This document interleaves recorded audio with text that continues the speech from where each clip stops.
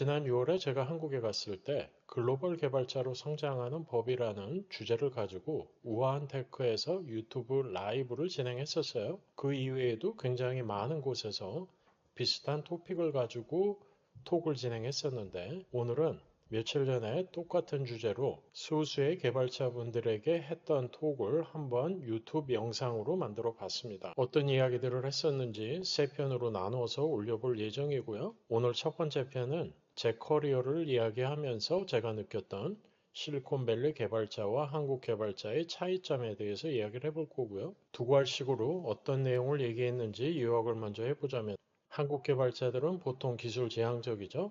전문성이라는 거에 목숨을 걸기 때문에 새로운 기술 따라가지 못하면 조바심을 많이 낸다는 거. 하지만 실리콘밸리 개발자들은 조금 더 결과 지향적이라는 거. 오늘 뒤에서 더 말씀드릴 거고요. 또 부캐에 관한 조바심이 한국 개발자들이 훨씬 더 많아요. 그러니까 내 본캐, 회사 일에 집중하지 못하고 왠지 뭔가 따로 준비해야 될 것 같은 그런 불안감이 있다는 거죠. 하지만 커리어 초반에는 본캐와 부캐를 일치시키는 거, 회사를 위해서가 아니라 나를 위해서 회사 일을 열심히 하고 좋은 평판 쌓을 필요가 있다는 거 뒤에서 또 얘기할 거고요. 이건 역시 상대적인 차이인데 대기업에 관한 환상 혹은 굉장히 큰 기대가 있는 것 같아요.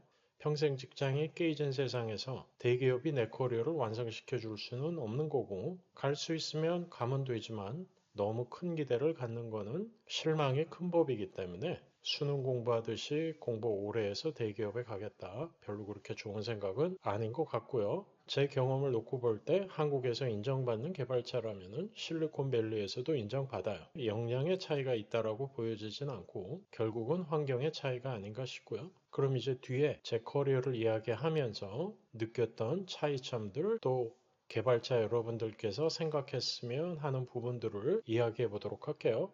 오늘 이야기는 개발자 중심이지만 개발자가 아닌 분들도 큰 흐름을 따라가는데 어려움은 없을 거라고 믿습니다. 그럼 한번 잘 들어보세요.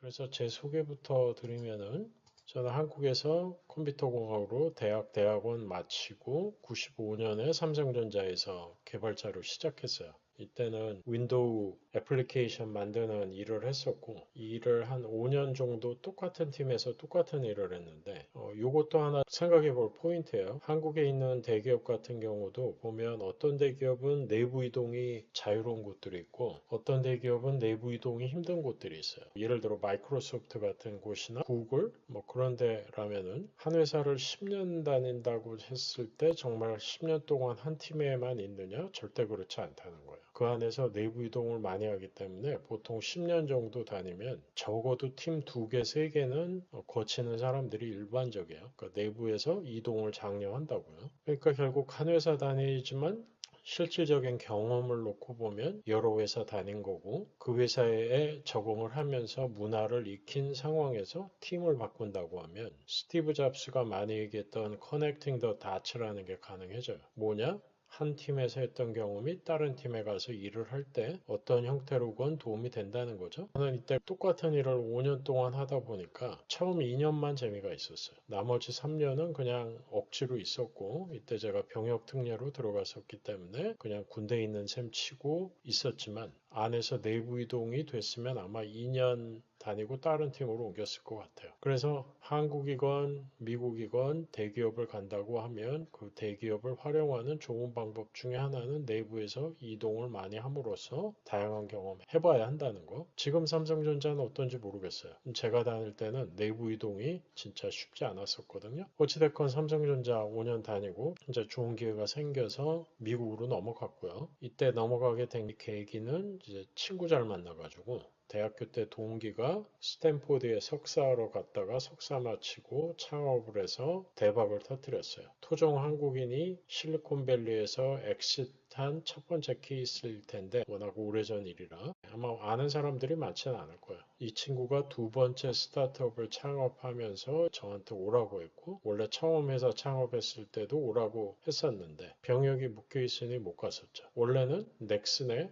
클라이언트 게임 팀장으로 가기로 다 이야기가 되어 있었는데 지금은 고인이 되신 김정주 회장님한테 죄송하다고 얘기하고 이제 미국으로 넘어왔죠. 이때 결혼한 지 한 1년 반 정도 됐던 상황이었고 와이프도 삼성전자에서 입사 동기로 만났던 동기였는데 동반 퇴사하고 미국으로 넘어왔어요. 그래서 그 친구가 만들었던 작은 스타트업에서 시작을 했고요. 이때 처음으로 백엔드 쪽으로 돌아가서 검색 엔진, 런타임 쪽을 개발하는 일을 했고 그냥 윈도우 앱 개발할 때와는 문제가 다른 거죠. 스케일러빌리티라는 이슈가 있단 말이에요. 빅데이터 프로세싱을 해야 되는 게 있다 보니까 이때 시스템 프로그래밍도 굉장히 깊게 보고 그랬었어요. 근데 하나 깨달은 거는 결국 코딩은 코딩이구나. 기본기가 여전히 중요하고 테스트 케이스 잘 만들어내고 결국 코딩 잘한다는 거는 테스트 잘 만드는 거라고 저는 항상 생각하거든요. 그러니까 도메인이 달라져도 기본기라는 거는 크게 안 달라지는 거구나라는 거 느꼈었고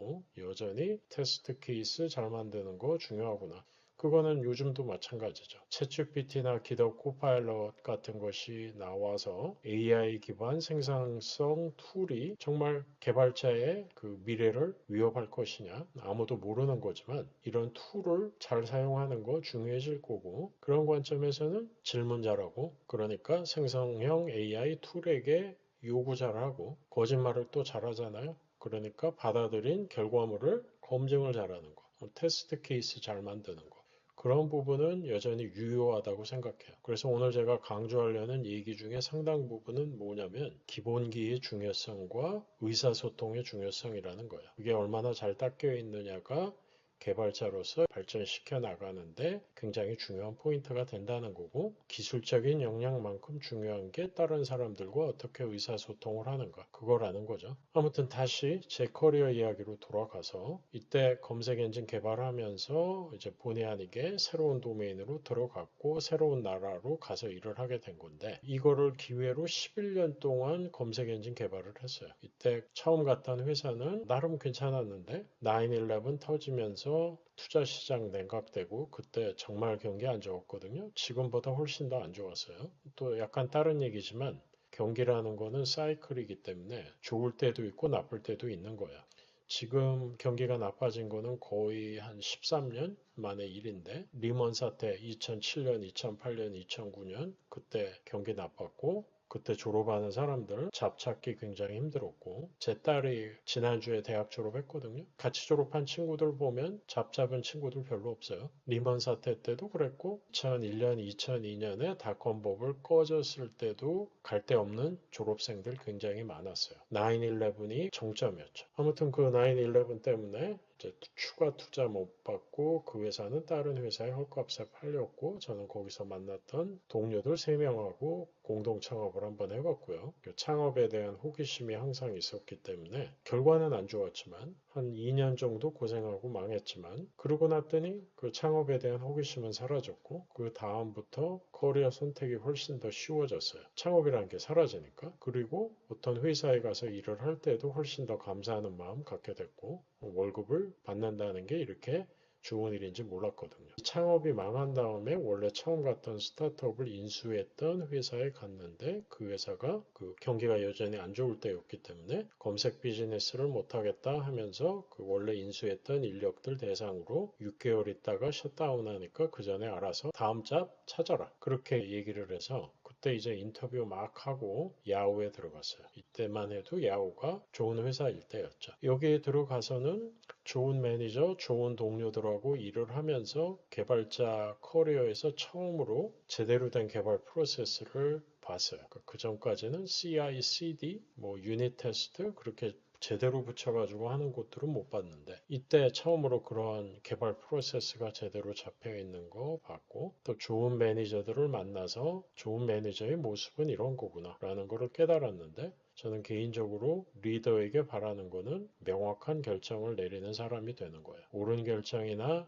틀리지 않는 결정 내리는 사람 말고 명확한 결정. 듣는 사람이 뭘 하자는 건지 알 수 있는 결정을 내리는 사람. 그리고 결정이 잘못됐다고 판단되면 잘못했다고 인정하고 결정을 바꾸는 사람. 인간적인 사람인 거죠. 그런 모습을 보이는 리더들과 일을 하면서 나도 저렇게 돼야겠다라는 생각을 했었고 지금 제가 추구하는 리더십의 모습은 명확한 결정을 내리고 내 잘못을 인정하는 사람이 되는 거예요. 이때 리더십으로 넘어가면서 처음으로 팀빌딩 하는 거, 채용하고 면접하고 평가해서 피드백 주고 그거에 맞게 보상 바꾸고 또 미국은 해고가 자유로운 곳이기 때문에 문제가 좀 심한 친구들 같은 경우 해고하는 경험도 하면서 어려운 대화를 하는 거가 어떤 건지 많이 배웠죠. 어려운 대화라는 게 결국은 의사소통의 일부라는 거예요. 모든 사람이 내가 원하는 형태로 행동을 하지는 않을 거기 때문에 상대가 내가 원하지 않는 모습을 보일 때 어떤 행동을 내가 할 거냐. 그게 이제 굉장히 중요해지는데 그거를 타고난 재능이라고 생각하면 안 되는 거고 결국 작은 실패를 반복하면서 쌓아가는 기술이라고 바라봐야 된다는 거예요. 이때 저도 실수를 많이 하면서 어려운 대화를 어떻게 해야 되는지 조금 배웠고 그게 나중에 고속 성장하는 성장통에 있는 스타트업 다닐 때 큰 도움이 됐고요. 이러한 의사소통의 중요성, 어려운 대화를 잘하는 거 이런 것들이 어쩌면은 한국에는 없지만 실리콘밸리에서는 굉장히 중요하게 여겨지고 전문성 아닌 전문성이라고 바라보는 기술이라고 생각이 들어요. 제가 오늘 드리려는 말씀의 또 한 포인트는 뭐냐면 한국과 실리콘밸리가 개인의 능력을 놓고 봤을 때 정말 차이가 나느냐. 그렇게 크게 차이가 난다고 생각진 않아요. 결국은 환경이 다른 거죠. 다원성이 인정이 되는 사회냐 아니면은 모든 사람들이 한 방향으로 뛰어가는 곳이냐. 실패가 인정이 되느냐, 실패가 인정이 안 되느냐. 이런 환경이 큰 차이를 내지 않나 싶어서 기회가 나중에 생기면 꼭 한국 밖에 나가서 일해 보시라는 거. 그게 잘 안 돼도 경험을 한번 해봤으면 호기심이 충족이 될 거기 때문에 그 다음 커리어가 훨씬 더 편해질 거라는 거예요. 야후를 시니어 엔지니어로 시작해서 4번인가 승진을 했어요. 그래서 나중에는 디렉터까지 올라갔고 30명 정도 팀원을 매니지했었고요. 미국에 처음 넘어갈 땐 영어를 잘하지 못했거든요. 지금도 잘한다고 생각진 못하지만 결국 개발자는 코드로 이야기하는 거고 리더는 결과물로 이야기하는 거예요. 언어라는 거는 그거를 도와주는 하나의 수단일 뿐이지 영어가 아주 중요하다. 그런 생각은 안 들더라고요. 특히 개발자로 처음 시작할 때는 영어가 그렇게 중요하진 않아요. 리더십으로 올라가면 점점 더 중요해지는 포인트는 분명히 있죠. 야후가 구글에 밀리면서 분위기가 많이 안 좋아졌고 정치적으로 변하고 근데 이제 제가 받는 게 많아지다 보니까 빨리 못 그만두고 뭉개다가 결국은 2011년에 그만두고 작은 스타트업에 갔어요. 갔다가 거기가 8개월 만에 시리즈 B 펀딩을 못 받고 망했고 그때 이제 1년 쉬기로 했었는데 이게 제가 대학원 마치고 17년 일한 다음에 이거를 저는 저의 커리어 전반기라고 생각하고 그 전반기를 돌이켜보면 어디를 가건 굉장히 열심히 했고 인정받고 남들보다 빨리 승진하는 경험을 하긴 했는데 행복하지는 않았어요. 항상 나에 대한 확신이 없었고 조바심이 있었고 불안감이 있었고 근데 요즘 보니까 한국에 계신 거의 대부분의 직장인들이 제가 옛날 요때 겪었던 똑같은 생각들을 하고 있는 것 같아요. 행복한 사람들이 별로 없더라고요. 그러니까 뭔가 쫓기는 것 같고 미래를 준비해야 될 것 같고 지금 뭔가 맞는 선택을 해야 되는 것 같고 그런데 나는 나이만 드는 것 같고 2012년에 11개월 쉬면서 커리어에서 처음으로 내가 어떤 사람인지 되돌아볼 시간을 갖게 됐어요. 내가 원하는 건 무엇인가? 지난 17년 동안 나는 무엇을 배웠는가? 나에게는 어떤 상처가 있는가? 나의 장점은 무엇인가? 커리어에서 한 번도 생각해 보지 못했던 고민들을 이때 많이 했죠. 이게 또 어떻게 보면 한국 교육이 갖고 있는 문제예요. 어렸을 때부터 각자 원하는 게 무엇인지 무엇을 하고 싶은지 질문을 하는 교육 시스템이 아니라 다들 공부 열심히 해서 좋은 대학 가라. 좋은 대학 가면 뭐 하나요? 그렇다고 해서 내 커리어가 안전해지는 것도 아니고 안전해지면 뭐 하나요?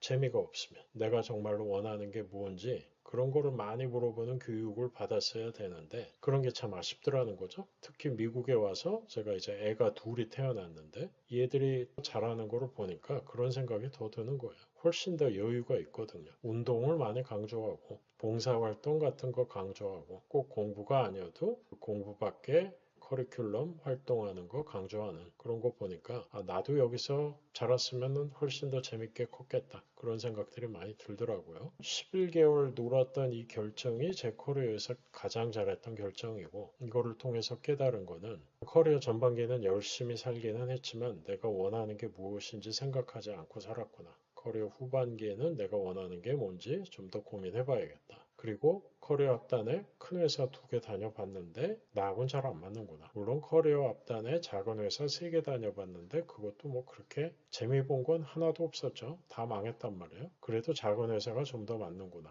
그거를 깨달았고 이때 또 안식년 하면서 평판의 중요성을 깨달았어요. 이때 소득이 빵원일 거라고 생각하고 있었는데 야후 때 동료들한테 연락이 오면서 생각지 못했던 컨설팅 기회가 생기더라는 거예요. 좋은 평판을 가지려고 뭐 노력했던 건 아니었지만 기본적으로 팀 플레이어였고 내가 맡은 일을 성취하려고 노력했었기 때문에 그게 아무래도 좋은 인상을 남겨줬고 그러다 보면 같이 일하고 싶은 사람이 되는 거더라고요. 그러면 그게 이제 지인 추천 형태로 내가 생각지 못했던 기회를 열어주는 거예요. 그거를 통해서 생각지 못했던 컨설팅 하면서 내가 그 야후 다닐 때 막판에 미싱하고 있던 감정이 사실은 그냥 살아있다는 느낌이 드는 거. 그러니까 매일매일 뭔가 공헌을 하면서 임팩트를 내면서 살아있다는 느낌이 드는 거. 그거를 미싱하고 있었구나. 그거 깨달았고 또 야후 때 디렉터가 되면서 갖게 된 알량한 자존심이 내가 변화하는데 도움이 안 됐구나. 그런 거를 좀 깨달았어요. 그리고 나서 후반기에는 작은 회사 중심으로 다녀야겠다. 그래서 이 포인트에서 또 하나 드리고 싶은 얘기는 뭐냐면 큰 회사가 내 커리어를 완성시켜 줄 거라고 착각하지 말라는 거예요. 큰 회사는 여러분들이 앞으로 다닐 아마 20개 회사 중에 하나에 불과할 거예요. 마지막 회사가 되지는 않을 거라는 거. 여러분들이 만약에 지금 취업을 목표로 하고 있다라고 하면 어디가 됐건 사람이 좋은 곳 가서 많이 배우고 그 다음에 더 좋은 곳에 가면 돼요. 처음부터 나는 준비를 많이 해서 큰 회사에 가겠다. 갈 수 있으면 가면 되는데 그 회사가 내 커리어를 완성시켜주고 나는 거기서 행복하게 안전하게 오래 다닐 거라고 생각하면 그거는 엄청난 잘못된 기대라는 거죠. 기대가 크면 실망도 큰 거예요. 그 큰 회사 가지 말라는 얘기가 아니고 큰 회사에 대한 큰 기대 갖지 말라는 거고 큰 회사를 가면 모든 게 완성될 거라고 나는 큰 회사만 가겠다. 라고 생각하지 말라는 거예요. 저는 커리어 후반기에는 지인 추천 형태로 이력서 내고 간 회사는 하나도 없어요. 커리어 후반기에 6개 회사를 다녔는데 다 지인 추천으로 갔고 폴리보와 유데미라는 2개의 회사를 다녔는데 폴리보는 야후에 팔렸고 유데미는 나스닥에 상장했죠. 그리고 이때 데이터 도메인으로 넘어가서 미국 가서 처음 11년은 검색 엔진 개발했고 그 다음 11년, 12년은 데이터 도메인을 어떻게 하다 보니 들어가게 됐어요. 그러니까 데이터 엔지니어링, 데이터 분석, 데이터 과학. 이제 계속 리더로 일을 했고 근데 이제 앞에하고 달라진 부분은 처음부터 리더 역할을 한 게 아니라 스타트업은 당연히 사람이 없기 때문에 처음에 들어가서는 개발자 일을 주로 하다가 이제 채용을 하면서 팀 빌딩을 하는 거죠. 팀이 좀 커지면은 그때부터 코딩 손에서 떼고 팀원들에게 일 다 넘기고 나는 리더 역할하고 그거를 커리어 후반기에는 4개 회사에서 반복을 했어요. 그거를 하면서 또 하나 깨달은 거는 코딩이라는 거는 자전거 타는 거랑 비슷한 거구나. 내가 이거를 그만둔다고 해서 완전히 까먹고 능력이 뒤처지는 건 아니구나. 오히려 리더 역할을 해봤기 때문에 큰 그림을 볼 수 있고 또 나보다 코딩 잘하는 친구들 뽑아서 그 친구들에게 넘기면 되는 거기 때문에 계속해서 내가 코딩을 잘하고 그거에 대한 전문성에 목숨 걸 필요가 없구나. 결국 좋은 개발자는 결과를 내기 위해서 내일 남의 일 전문성 따지지 않고 닥치는 대로 하는 사람이라고 전 생각해요. 그리고 그게 한국에 있는 개발자와 실리콘밸리에 있는 개발자의 하나의 차이점이에요. 한국에 있는 개발자는 굉장히 많은 사람들이 기술지향적으로 움직여요. 내가 무슨 기술을 알고 있느냐에 목숨 거는 거죠. 근데 아무리 아는 게 많으면 뭐야? 그거를 사용을 해서 성과를 내본 경험이 없으면은 결국 좋은 평판을 유지할 수 없어요. 좋은 평판이란 같이 일하고 싶은 사람이 되는 거고 같이 일하고 싶은 사람은 결국 뭔가 성과를 내고 일하기 편한 사람인 거죠. 기술지향적으로 가는 사람 치고 팀 플레이어인 사람은 많지 않을 거예요.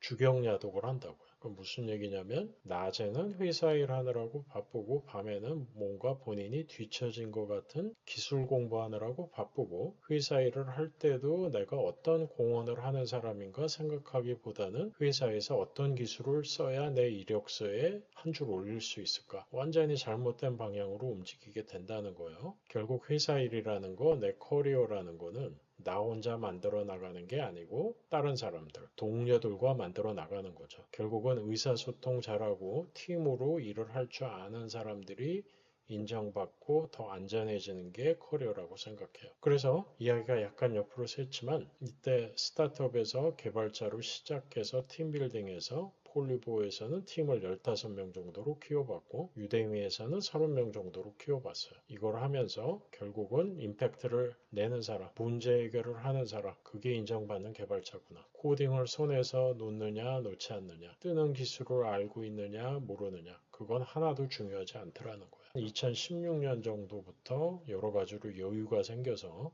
다른 일을 좀 하기 시작했죠. 한 번도 생각하지 못했던 엔젤 투자 같은 것도 해보고 한국에 있는 대기업 대상으로 어드바이저 일 같은 것도 해보고 코칭, 주변에 있는 지인들 대상으로 커리어에 관한 고민 같은 거 들어주고 제 생각 공유하고 질문 많이 하고 이런 일은 2016년부터 했어요. 47살 때부터 흔히 얘기하는 부캐를 한 거예요. 그래서 이것도 하나 한국에 계신 분들한테 많이 하는 얘기인데 그 부캐라는 거를 억지로 갖는 게 얼마나 힘든 일인지 커리어 전반기에는 본캐에 집중하는 게 맞는 것 같아요. 나에게 맞는 환경 찾아서 본캐에 집중하면 얼마나 편해요. 근데 본캐와 부캐를 완전히 나눠서 회사 일은 회사 일이고 내일은 내일이다. 그 두 개를 분리하는 것만큼 비효율적인 생각은 없는 것 같아요. 회사 일을 내일이라고 생각을 하고 회사를 위해서 일하지 말고 나를 위해서 일하는 거예요. 그렇게 함으로써 모든 일을 단순하게 만드는 거죠. 그렇게 열심히 살고 좋은 평판을 만들면 커리어 후반기에 지인 추천 형태로 새로운 기회도 생기지만 내가 신뢰하는 지인들이 나한테 새로운 기회를 물어다 주더라는 거예요. 제가 엔젤 투자를 하게 된 것도 그런 거예요. 지인으로부터 어떤 회사를 추천받았고 그 회사 창업자들이 유대미에다가 서비스를 팔려고 했는데 이야기를 하다 보니 창업자들이 너무 마음에 들어서 제가 먼저 투자하겠다는 말을 나도 모르게 했었고 어드바이저 역할도 이런 거는 딴 사람들이 하는 건 줄 알았는데 제가 어떤 매니저로서의 경험에 대한 토크라는 행사에 현대카드 HR 팀 분들이 왔었고 그분들이 우리 디지털 인력 채용하는데 도와달라고 해서 그것도 그렇게 시작이 된 거예요. 그렇게 시작된 어드바이저 역할도 현대카드뿐만 아니라 SK텔레콤, SK아카데미, 이마트 등등의 회사로 이어졌죠. 또 이때 여유가 좀 더 있다 보니까 다양한 비영리 단체에서 이제 이사회 멤버로 일을 하기 시작했었고 최근에는 풀타임 잡은 그만두고 1인 기업 만들었고요. 가을부터는 산호세 스테이트 유니버시티에서 데이터 엔지니어링 가르치는 강사로 일을 할 거고 만약에 여러분들이 미국에 취업을 목적으로 유학을 온다 추천하고 싶은 대학이 바로 이 대학이에요. 실리콘밸리의 중심에 있고 실리콘밸리 어느 회사에 가건 산호세 스테이트 출신들은 상당히 많이 있어요. 취업을 잘하는 것으로 유명한 학교이죠. 커리어 후반기를 돌이켜보면은 커리어 전반기에 했던 다양한 경험들이 도움이 되기 시작했고 커리어 전반기에 내가 어떤 환경에 잘 맞는 사람인지 알 수 있었기 때문에 그거를 잘 활용하는 형태로 그러니까 앞단에는 탐험을 했다라고 하면 후반기에는 탐험한 결과를 바탕으로 나에게 맞는 거를 찾아가기 시작했던 시점이었고요. 전반기에는 굉장히 조바심이 많고 나에 대한 불만이 많았다라고 하면 후반기는 나를 있는 그대로 받아들이게 됐어요. 무슨 얘기냐면 나를 사랑하게 된 거예요. 사랑한다는 게 별게 아니고 부족한 나를 있는 그대로 받아들이는 거, 조바심 갖지 않는 거. 그런 거더라는 거죠. 그리고 전반기에는 없던 꿈이 생겼는데 선한 영향력을 갖는 사람이 되자. 그게 이제 지금 제가 갖고 있는 꿈이고요.